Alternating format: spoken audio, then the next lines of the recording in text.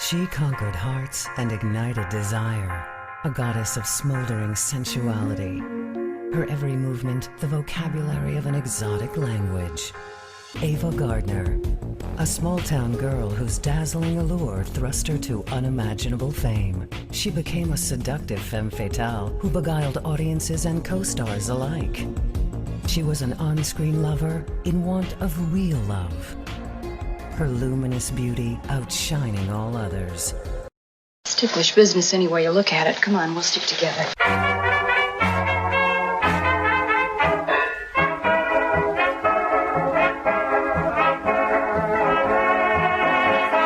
Hello, everyone, and welcome to Ticklish Business. As always, I'm Samantha Ellis. I am flying solo this week without Kristen, but today we will be talking about the legendary Ava Gardner, as this Christmas Eve marks what would have been her centennial.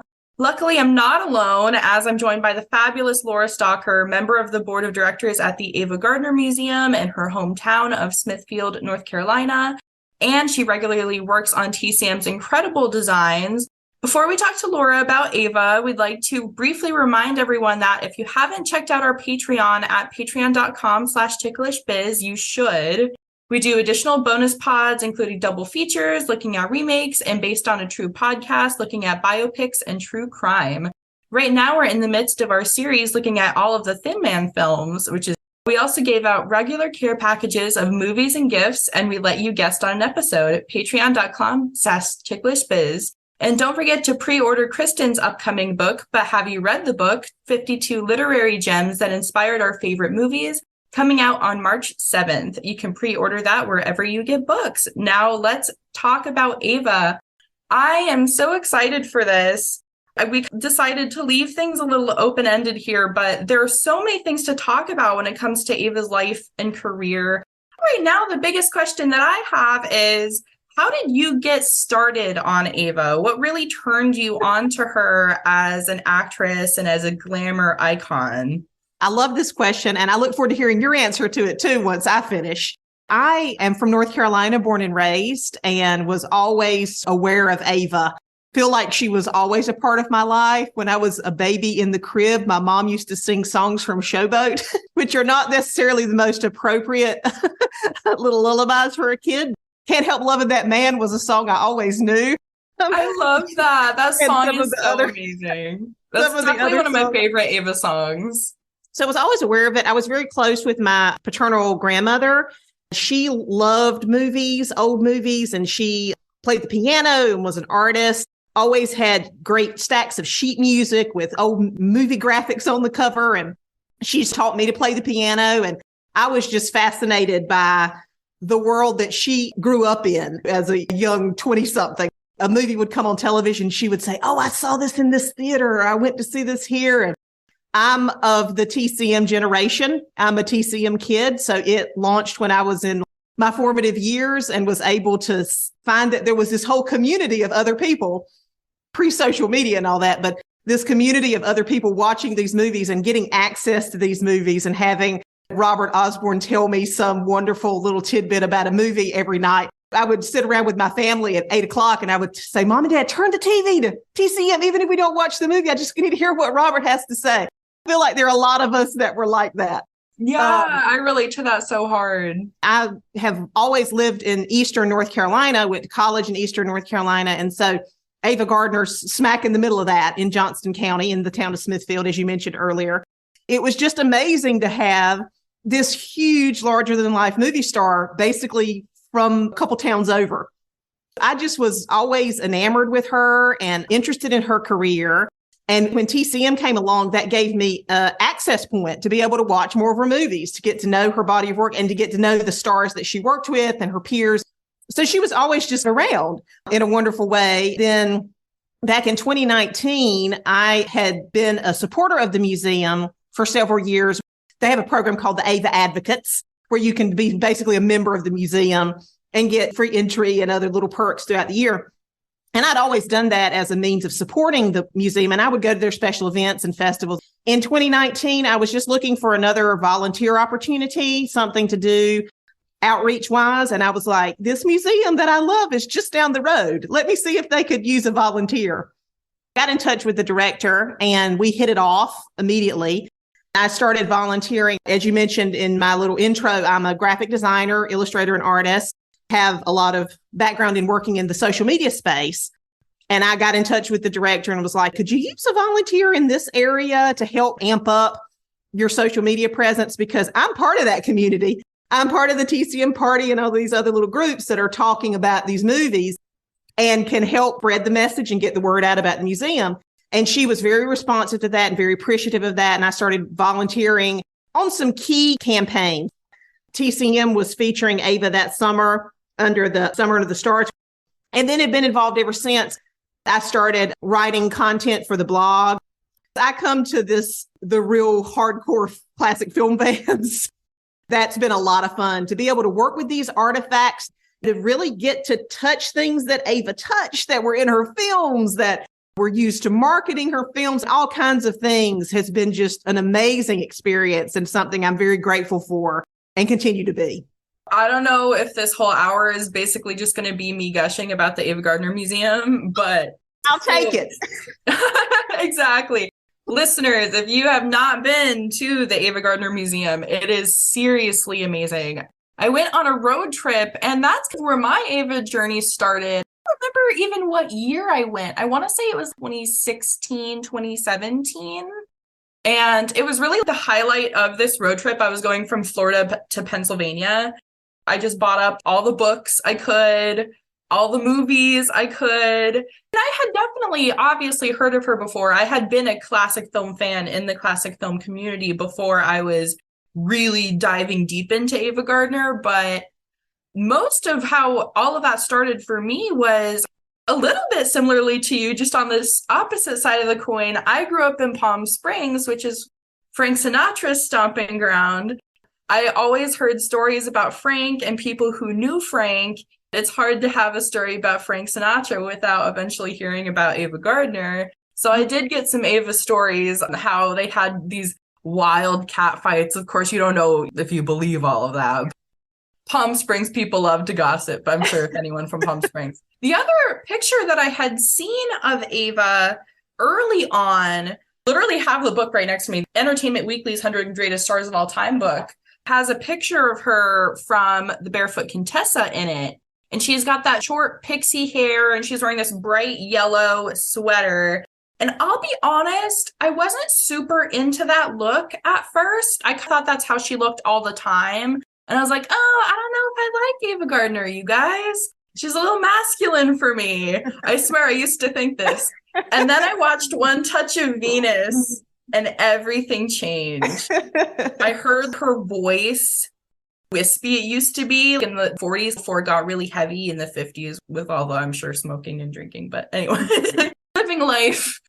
That one was really the movie that turned me on to her. And from there, I just gobbled everything up. And as we talked before, I'm now probably at about 20. There's definitely more I need to see. On the Beach is a big one I haven't seen yet. 70s in May. I'm getting there. Do you have the method to how you're watching them? Are you trying to be chronological or is As it is with a lot of stars, for me, it's about availability. First, before anything else, I found everything I could streaming. Whistle Stop is borderline public domain, so I saw that really early on. I had seen One Touch of Venus. There were a good amount to rent back in the day. She also kept popping in a lot of movies that I didn't expect her to. I don't know if you've seen this one, Hitler's Madman. She has an extra role in that, and I actually love that film. I watched it for Patricia Morrison, and then here you see this really young Ava Gardner in it, which was crazy. Of course, you can go on IMDb, but we have our full filmography on the museum's website. And it's wild just to scroll through it and be like, okay, where do you get to The Killers? That's really what one considers her breakout role. You could argue that Whistle Stop really was because she got The Killers because she was in Whistle Stop.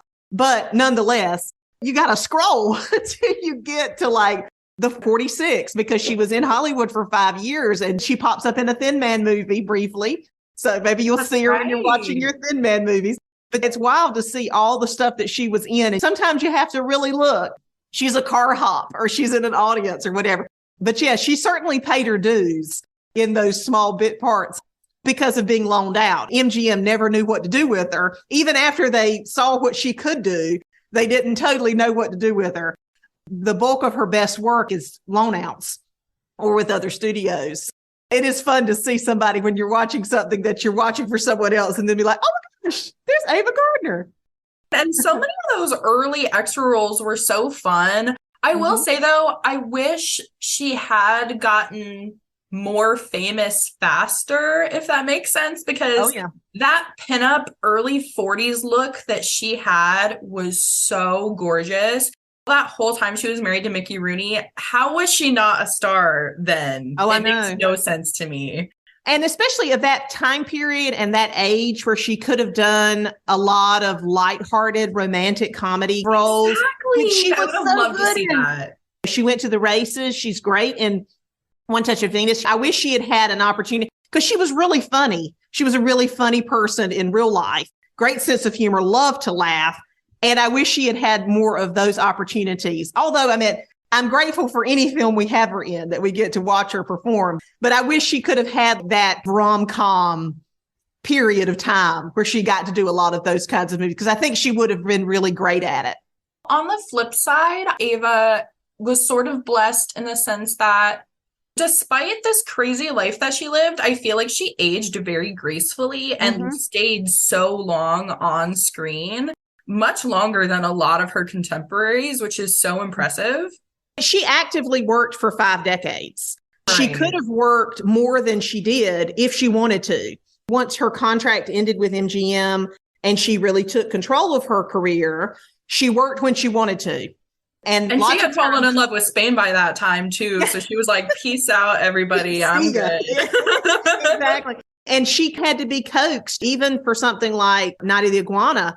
They went after her. They pursued her and were like, come on, please. You're meant to be in this movie. And then she was like, okay, I'll do it.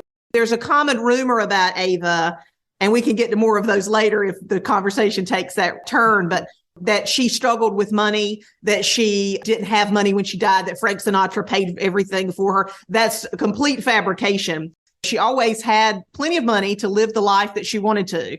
And she left an estate when she passed away. She founded a trust in her name before she passed away that continues to this day.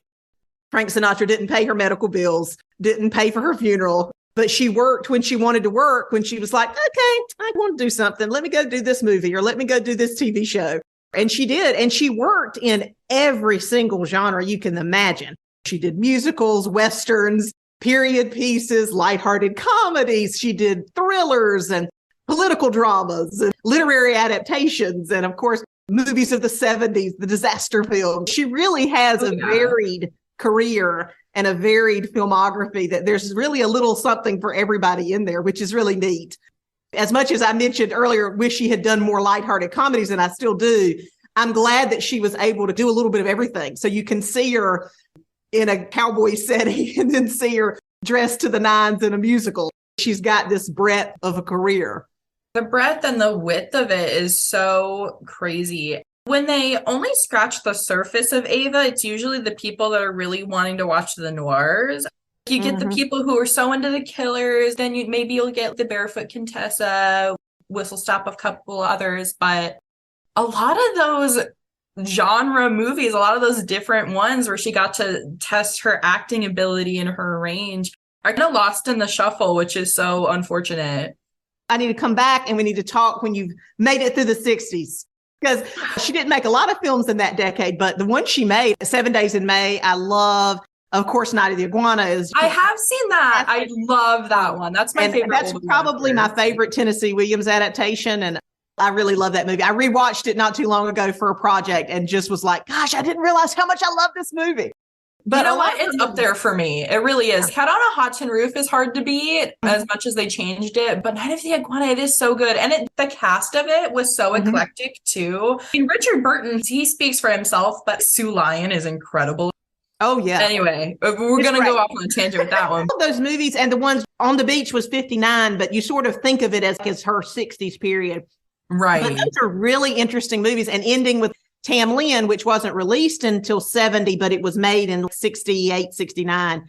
and was held back before it was released because of funding from the people who made it bankrupt. But those are such interesting films. Each one is such a departure from the next. In some cases, it's a smaller character role. This is something I've talked about a lot, and maybe you find it to be the case too. A lot of Ava's films, she may be the female lead, but it's not a huge part. So she doesn't have a lot to work with, but what she does with that little part, The Killers, she's not in that movie very long. In Showboat, she's only on screen about 30 minutes. That's such a good point. But you think of her, she's so prominent in all the advertising for Showboat. She's front and center. You would think that it's her and Howard Keel having a romance if you just looked at the posters. Whatever screen time she has, she's so incredibly impactful. And her character resonates through the whole film. 7 Days in May, she's in an ensemble cast and she's only in 3 scenes. But she's fantastic in those scenes. And her character permeates through the whole movie and is referenced by all the other characters for the rest of the film. That's a real testament to the quality that she brought to the roles that she was given an opportunity to play and to her talent. I have to ask, though, what are, in your opinion, the Ava Gardner roles that cannot be missed? Let's just start throwing them out. I totally hear what you were saying about the film noir people, and they stop with Singapore, with The Bribe, with Whistle Stop, and The Killers, which are all interesting, great movies. If you want to see touch points of her career, I would say One Touch of Venus is a fun earlier film. Definitely The Killers. You got to see it. You got to see what made the audiences really like, oh my gosh, who is this person? And that's another movie. She's not in it very long, but she does a lot with what she's got. I particularly love Pandora and the Flying Dutchman. I know that's not a film. I was just about to gush about that one myself. That's not a film for everyone, but I love that. I love everything about that movie. I love the production. I love the cast. I love how wild and fantastical it is. I love the costumes. That's a movie I can talk about for hours. And Hart cinematography. Oh, yes. And arguably, she's never more beautiful than she is in that movie. She really does just make you gasp when you see her. And the director, Albert Lewin, who also wrote the movie, you can tell he just loves her and he wants her face to fill the screen as much as humanly possible. And it's just a really powerful performance in the current climate of gender conversations around relationships and dynamics, romantic dynamics. It's a very modern film in a lot of ways, and the ways that she's trying to say, here I am. I know what I want. I know what I need. You guys aren't doing that for me. You're repulsive. Right. I'm trying to tell you to go away and you will not listen to me. So there's a lot that we could talk about with that movie, but that's one that I always recommend. It's such an interesting film, and it's really out there in a wonderful way. I would say The Barefoot Contessa, just because it's so well known, in Mogambo particularly, because her character, she just seems very free and comfortable in that role. She really inhabits it, and there are parts of herself that come out in it. She was not a trained actress. She was an intuitive actress who really would mine her own life experience to imbue her characters with certain traits that she could connect with herself. And there's a lot of humor in that role and lightheartedness that comes out and playfulness that is very true to her. Night of the Iguana for sure. I'm listing all of her movies. We might as well. We could just sit here and list all of her movies. Tamlin is another wild ride. I would love to do a Pandora Tamlin double feature to just totally be a wild ride of 2 films. Priest of Love. She's not heard of that one. But that's one of her later films. It's a really good movie. I wish her character had more screen time in it because I love her character and I love how she plays it. You get to see her older and she's just gorgeous. Like you said, she aged beautifully. She's herself. She's natural. She's Ava Gardner. You see her as Ava Gardner. That's one worth seeking out and watching. And it's later in the career, so you can see how she transitioned into more of those character or featured parts. I didn't quite list them all. No, you know what? That's a fantastic list. I honestly agree with most of those. I would definitely also be putting Pandora and the Flying Dutchman right up at the top. Mogambo is such an important one. I don't like the movie. I'll be honest. We don't like the movie here, okay? That being said, Ava is fantastic in the movie. You like her, you just don't like the movie. You like her pretty character. much. What really surprised me was the first time I watched it, I didn't appreciate Ava's performance as much. That's a movie that really grew on me with multiple watches, and I'm at the point where she's even better than Grace Kelly in it. She's very worthy of the Oscar nom for that one. However, I'm going to add a few films to the list here. Yeah, let me hear. I definitely think The Great Sinner is always worth a watch. As a film, Greg really carries the film, but Ava's costumes are so pretty in it, and it's just a really good movie. And I love Melvin Douglas. Showboat, I love. It's definitely a little bit controversial now. Lena Horne should have gotten the role. I'm sure everybody back then also thought she should have. Ava thought she should have. Exactly. Ava thought she should have. And they were great pals. So they talked about it often. I loved reading that too. But Ava's voice is so good in it. And I love her costumes. And I just love musicals. That's definitely one of the ones in her filmography that I really like. I'll just add for anybody who's watching it, make sure you seek out her original audio for that, which is on the soundtrack album, but was not in the theatrical release, but in the most recent Blu-ray that came out last year or earlier this year.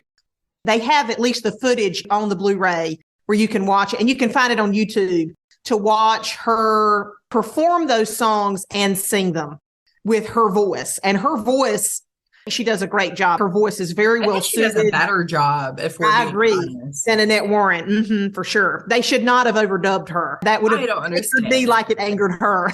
And I'm still angry about it to this day. I think that one, and then there are a few other songs in some of her other films you can find on Spotify in her real voice, which I love listening to. I have my old Hollywood playlist, and she's all over it.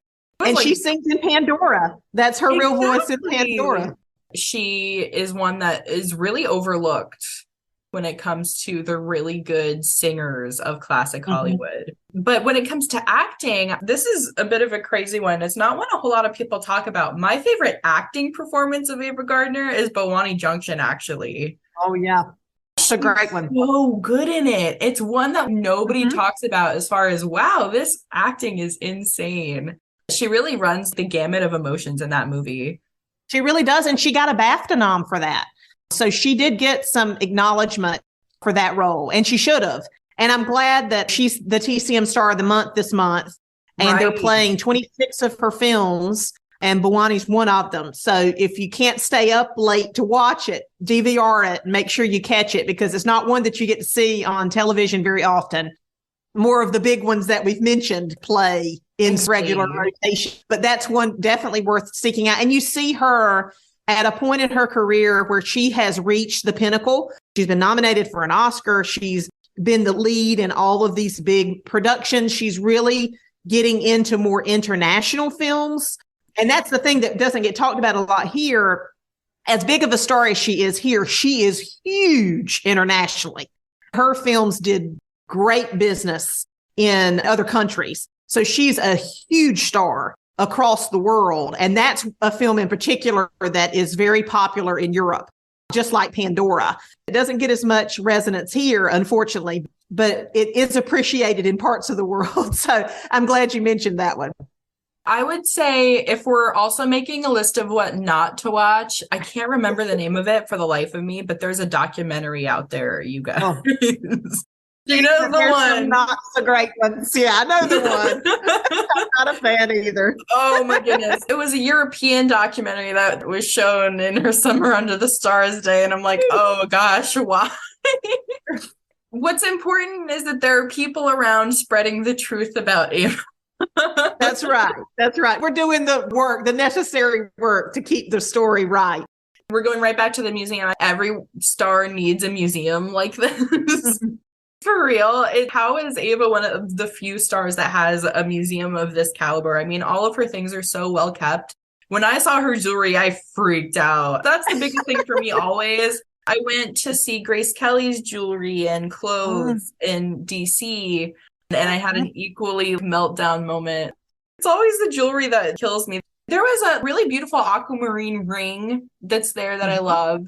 But also, they have the necklace that she wore to the premiere of the Snows of Kilimanjaro, which is another great one that we didn't mention yet. Yeah. But I love that movie. Really, all of her films with Peck. She made 3 films with him. We've mentioned them all. The Great Sinner was the first, then Snows of Kilimanjaro and On the Beach. And he was her favorite co-star. She was his. They loved working together, and they had a fantastic relationship and great friendship that lasted through marriages, other partners, and all that. But she was great friends with his wife, Veronique, and they just had a wonderful relationship. You can tell what a great rapport they had with each other when you see them together on screen. And it's really cool to watch those 3 films in order to see them young together, first working together, and how that relationship expanded and the depth of what they're able to bring on screen really, really does grow and is quite impactful by the time you get to On the Beach and you're crying, or at least I am when I watch it. And you will too when you see it. That's the biggest miss in her filmography right now for me. I'm like, okay, gosh, I need to fix that one. I saw the Snows of Kilimanjaro finally for the first time. I want to say it was last year or maybe even early this year. Like what you're hearing? Then consider becoming a Ticklish Biz Patreon supporter at patreon.com/ticklishbiz. Our Powell, Ava, Lombard, and Taylor level supporters this year made our 6-week Being Elvis series possible, and we're preparing to launch 6 weeks of The Thin Man in December. We're also a quarter shy of hitting our goal of devoting an episode to the howler of a biopic, 1976's Gable and Lombard. Check out the Ticklish Biz community on Patreon at patreon.com/ticklishbiz. Back to the show. I was just amazed. I don't know if it's public domain, but it definitely isn't really circulated around very much. So a lot of the prints I had heard were really bad, but somehow I found a good one. That makes all the difference. Their chemistry is just, it's Absolutely great in that movie. She just has so many good roles. That's the thing. It's like impossible to even narrow down. Not to mention her like singing career. Of course, there's her marriages. Well, she's one of those stars, and this is true for a lot of stars. You can pick any part of their life and talk about it endlessly. Her private life is fascinating. Her public life is fascinating. Her body of work is fascinating. The legacy that she's left behind in both the trust and the museum is really fascinating. So there's just so many entry points into learning more about her, reading about her. The books, there are a lot of great books about her. So there's just a lot of ways to find your way to Ava, to learn more about her. And it may be the jewels that bring you in. It may be the costumes. But she's just such an interesting person. She has left such a great body of work of really independent, bold female characters. I've had this conversation with several other people that I've been on podcasts or talked about, or when we write about her in the museum, to contextualize her work and help introduce her work to a more modern audience who maybe don't know her films or are just getting into her films. The way that she acted, the way that she portrayed her characters reads very current, reads very modern. She was not trained, as I said earlier, that she was an intuitive actress, that she had to source things from herself.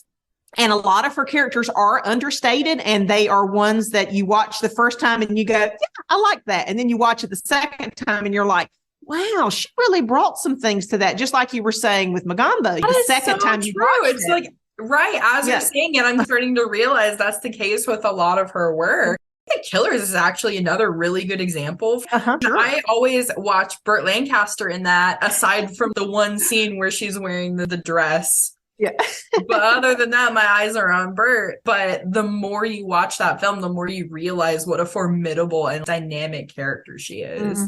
That's a good recommendation in general. If you watch one of her movies, give it a little breath and then try to watch it again if you can. That's how it was with me watching Pandora.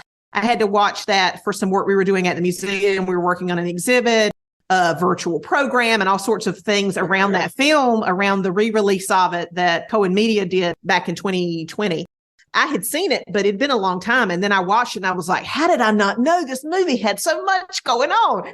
I watched it on repeat several times and come back to it rather frequently too, to rewatch it, just to brush up on it. But it's one that every time I see it, I find something new in the film itself, but definitely in her performance and what she brings to those characters. And I always seem to find something that's really relevant, which I enjoy about her characters and the way that she portrayed these women and the things that they were struggling with, or the challenges they were facing, or the tough decisions they had to make. She made tough decisions and bold decisions in her own life, her private life, that were not the norm, that were not necessarily popular, but she was seeking her joy and her fulfillment. And I find that really refreshing and interesting to learn more about and to read about and to write about. It's so easy to boil Ava down behind Frank Sinatra's shadow, but she was so her own woman. And something that a lot of people don't even realize is there was such a long period of time where she was way more famous and successful than Frank Sinatra.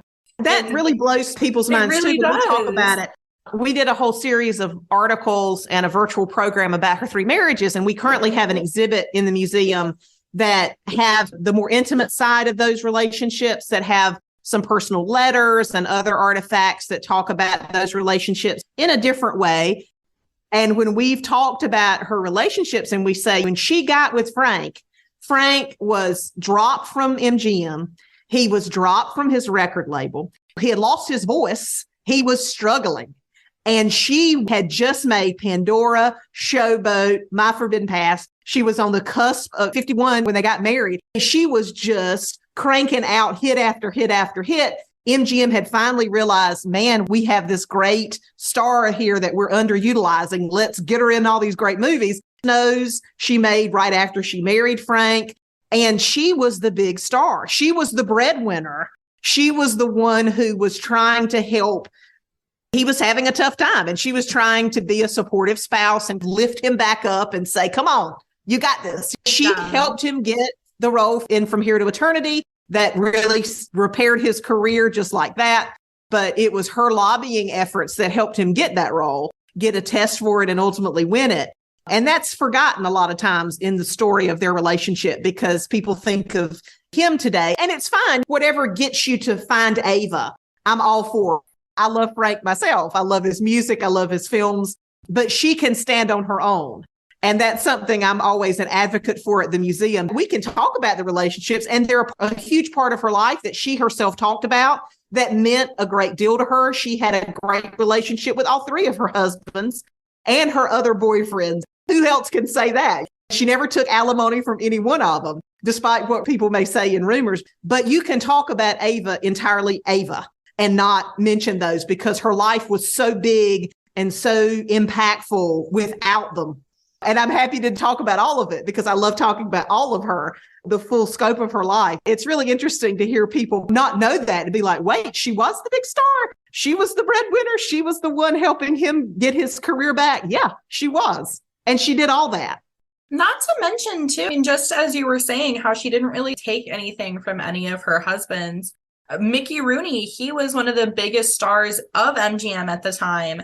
During their entire marriage, he wasn't trying to help her career. He wasn't giving her these lead roles because she was married to Mickey Rooney. She was earning those roles for herself, as that's what she ended up doing after they divorced. She ended up making a name for herself. It's so funny to listen to all these classic films fans looking back, like, how did she end up with Mickey Rooney? What did she ever see in Mickey Rooney? I'm sure you hear that a lot at the museum. Yeah, we did a virtual program that was the precursor to this current exhibit that we have called In Love and Marriage about Ava and her 3 marriages. Each of us took a husband, and I took Mickey because I met Mickey when I was a kid, and I got his autograph. He was doing a tour with his then wife, Jan, the One Man, One Wife show. And I got to meet him as a kid. And then I saw him on the TCM cruise.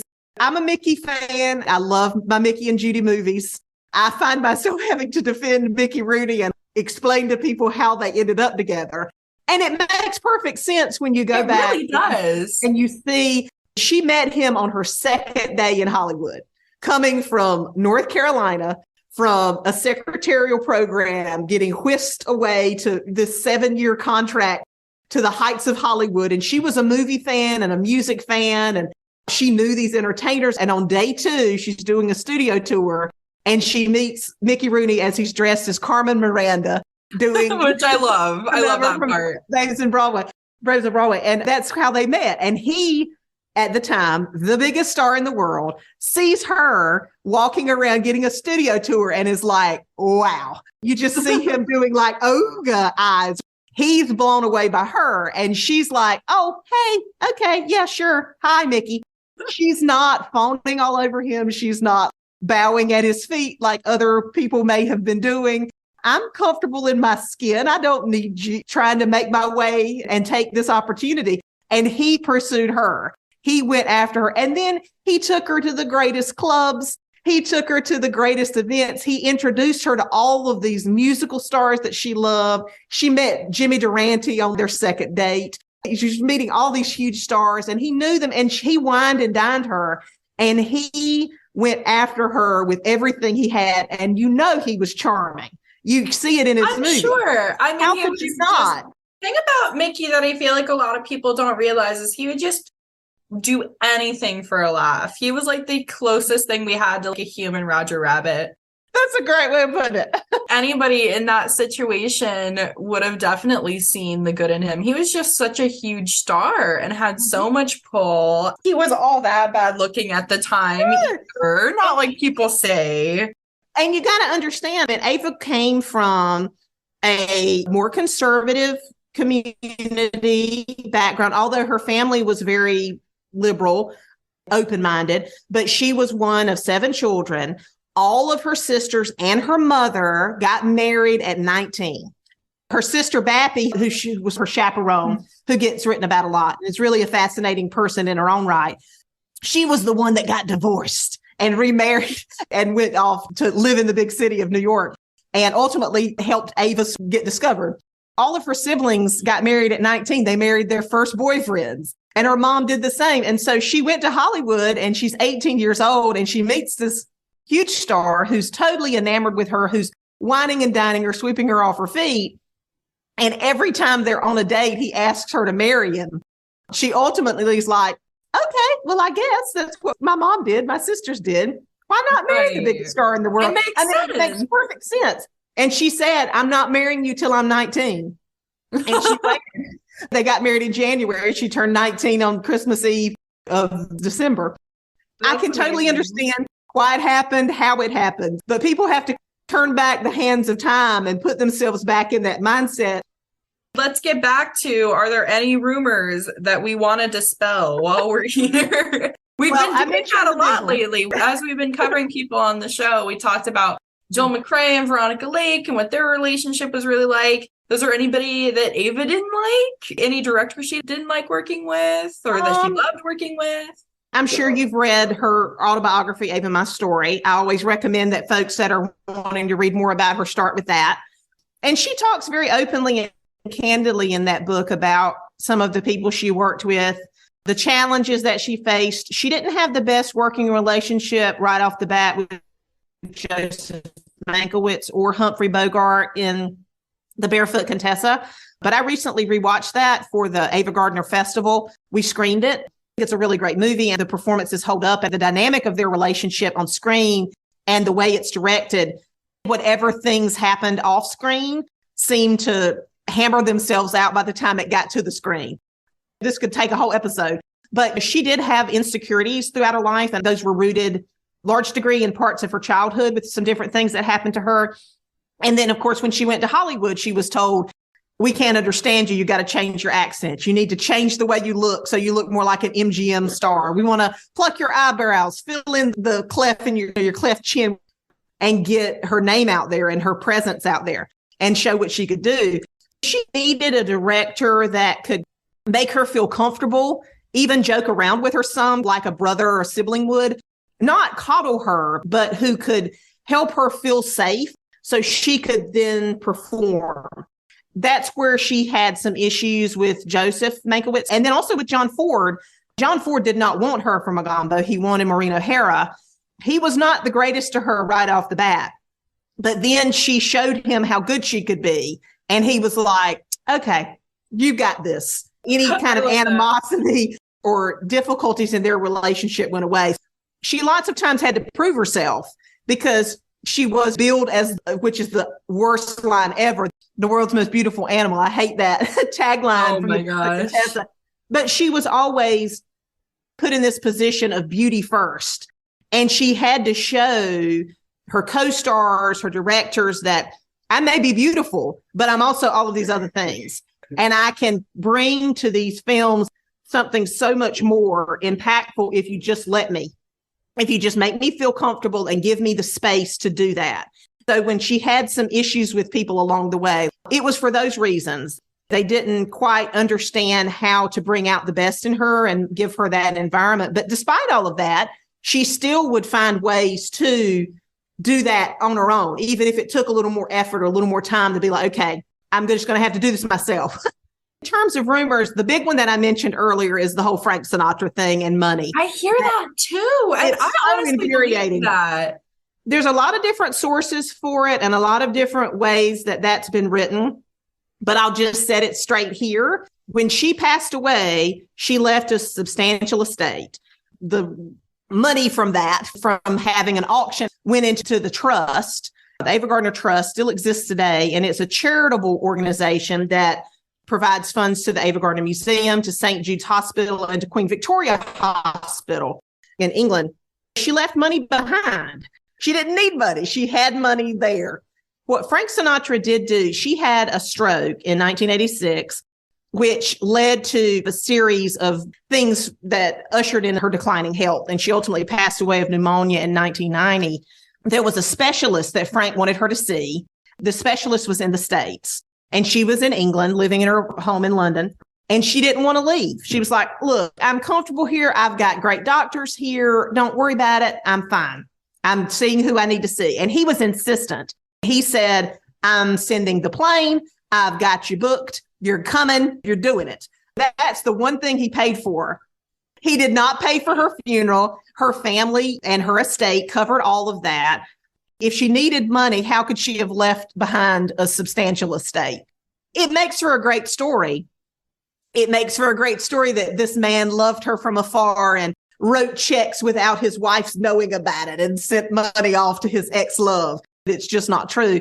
The family have her financial records, so that also debunks that as well. That's not to say that he didn't send her nice gifts or she didn't send him nice gifts. We have a watch in the permanent collection that talk about Palm Springs. I love that one. There's a watch that says, description on the back is something like "to desert nights."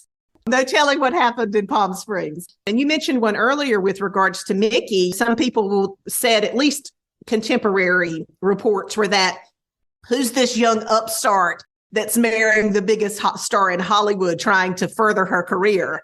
And of course, he, like you said, he did nothing to further her career. If anything, one could argue he hindered it because she had to come out of the shadow of that. And the other one that sometimes comes up working with the museum, we get contacted by a lot of folks who have stories or memories of her, and some of those are wonderful, and we love hearing all of that. Every so often, someone will say, well, my great uncle dated Ava for 6 months on and off. You would think that she kissed everybody in Johnston County and North Carolina. Her mother was very strict. That did not happen. Not that she didn't go on dates and have beaux. Mickey Rooney was her first real beau. Certainly her first everything else. People just talking about she dated this person and that person, this person, that person. She had a very full life. She sought joy and happiness and excitement. She wanted people to be around people that were interesting. She loved to read. She loved art, and she loved music and food and travel. She sought out the zest of life. Other things get thrown in the mix that she drank here or smoked here or danced on this table, or I don't know that any of that's true, but she had a good time. That's exactly what I take away from it too. I've definitely heard some crazy stories about that. And I feel like people use that to twist all kinds of crazy, wild things she could have done. They make her out to be some sort of insane hedonist, which is so crazy. My last question for you is, what do you hope people remember about Ava? What do you hope in terms of her legacy? I hope that they watch her films and can see the complexities in her roles, in what she brings to these movies, the quality of acting that she developed over time, especially if you watch her films somewhat chronologically and you see how much she develops and how much she really learns her craft and masters her craft. She was a very good actress. Actors and actresses now can look at her performances and pull from those and see things in those that they can put into their own work. She was a very generous person. She was very kind and very loving and a very loyal friend. The people that were her close friends, Roddy McDowall, Lena Horne, Grace Kelly, Stuart Granger, on and on and on and on, not just stars, George Cukor, and other people behind the scenes, her close friend, Renee Jordan, Carmen Vargas, other people that Ernest Hemingway that were in her life. I was about to mention him also. She had just a cavalcade of people from different walks of life that meant something to her, that she was very close to, that she kept a very robust correspondence with, and her family. She was incredibly close to her family, adored her family, was always in touch and contact with them. She was just a really good person through and through. And she did things to be generous, to be kind without wanting to do it for a PR reason. She was generous in a lot of ways that people don't know about. And that's been fun to find those things out at the museum and to write about those and to learn more about her away from the spotlight, from the glamour and the glare of Hollywood, and to know that she was just a real person, like all of them are, but she was especially real and especially true to herself. And I just love how independent she was. You press, you want to write about me, say whatever you want to say. I'm going to live my life and I'm going to make the choices that are right for me, no matter how you may judge those. If I need to end this marriage because it's not healthy and it's not happy for either decision and do it because it's the right thing for me and my partner, that's just really remarkable to me too, that she time and time again was so bold and fearless in a lot of ways. That's exactly how I feel about Ava. Apologist. So many lessons to learn from her. I just find her endlessly fascinating. Not that people don't know her, but I just am always excited when people are discovering her, learning more about her, connecting with her in a lot of the same ways I do, and in other ways that I've yet to. It's just wonderful. And I love talking about her and sharing more of her story. Just the Centennial too, all of these events that are going on in relation to it. It's so great that they're drumming up publicity for her. More people are hopefully finding out who she is. On that note, we're good to wrap up. Is there anything you want to plug? Anywhere our listeners can reach you on social media? The Ava Gardner Museum is located in historic downtown Smithfield, North Carolina, Ava Gardner's hometown. So when you're in the area or passing by, or if you want to make a special trip, please come see us and take a tour, see some of the many amazing artifacts that we have on display, our new exhibits that we've just debuted in the last couple months. It's a wonderful place to visit and a great place to see and learn more about Ava Gardner. In addition, we have a really robust website, avagardner.org, where we post a lot of content. Our blog is also found there, and you can sign up for our newsletter. We're constantly adding new content to our blog and sharing more about the life, legacy, and career of Ava Gardner. So it's a great place to learn more about her and the collection of the museum. We're also on social media, on Instagram, Twitter, and Facebook. We also have a YouTube channel, and we're soon going to be on TikTok, hopefully later this month, if all goes as planned. Check out our shop, our gift shop. We've got some really cool items that are perfect for the holiday season. We're going to be posting quite a bit this month in conjunction with TCM's Star of the Month tribute for Ava Gardner. It's a great time to catch so many of her wonderful films. Follow along with us as we share unique artifacts from our collection, and we're sharing some videos and things that are really special and really unique. Follow the hashtag Ava100, and you can find out all the things that we've been posting and all the things we've got coming up, so you can see how we plan to continue celebrating Ava's centennial well into 2023, her full centennial year. We've got lots of things in the works that we'll be announcing relatively soon. In addition, to find me, my name can be a little tricky. It's spelled Lorastocker, and that's how you can find me everywhere. My website's lorastocker.com, and I'm at Lora Stocker on Instagram, Twitter, and Facebook.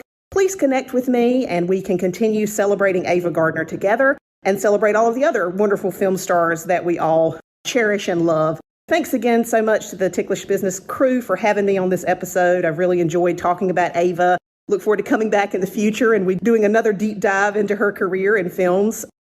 We could probably do about 5 Ava episodes with how much you and I love Ava Gardner. I think we should do at least 5. Yes, a mini series.